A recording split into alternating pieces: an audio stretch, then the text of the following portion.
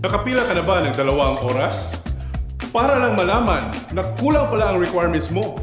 O kaya naman, pagdating mo pa lang, napakahaba na agad ng pila.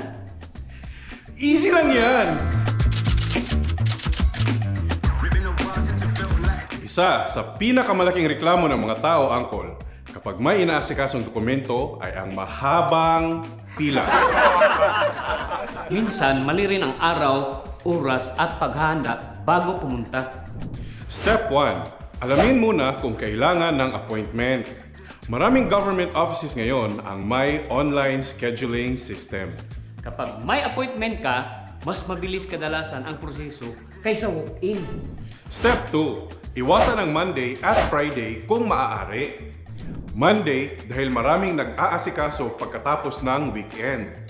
Friday naman dahil maraming gustong matapos ang transaction bago mag-weekend. Kadalasan, mas manageable ang pila tuwing Tuesday hanggang Thursday. Step 3. Pumunta ng maaga. Mas kaunti pa ang tao bago magbukas ang opisina. Kapag tanghali o hapon ka dumating, mas malaki ang posibilidad na mas mahaba ang pila. Step 4. Ihanda lahat ng requirements bago umalis ng bahay. Maraming oras ang nasasayang dahil sa kulang na photocopy, valid ID o dokumento. Mas mabuting may checklist ka bago ka pumiyahe. Step 5. Magdala ng extra copies. Magdala ng photocopies ng valid IDs at iba pang requirements. Mas mabuti ng sobra kaysa kulang. Secret tip. Ito ang hindi ginagawa ng karamihan. Bago pumunta, tingnan muna ang official Facebook page ng ahensya. Madalas doon ina-announce kung may system maintenance, holiday schedule o temporary closure. Makakaiwas ka sa sayang na biyahe. Bonus hacks.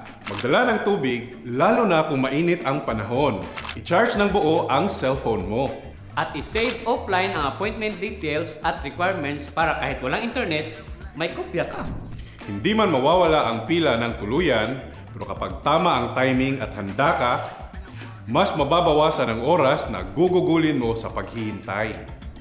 I-save mo ito para sa susunod na may aasikasuhin kang dokumento. At i-share mo ito sa mga kapamilya at kaibigan mo.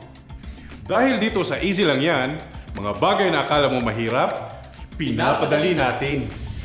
Easy lang yan!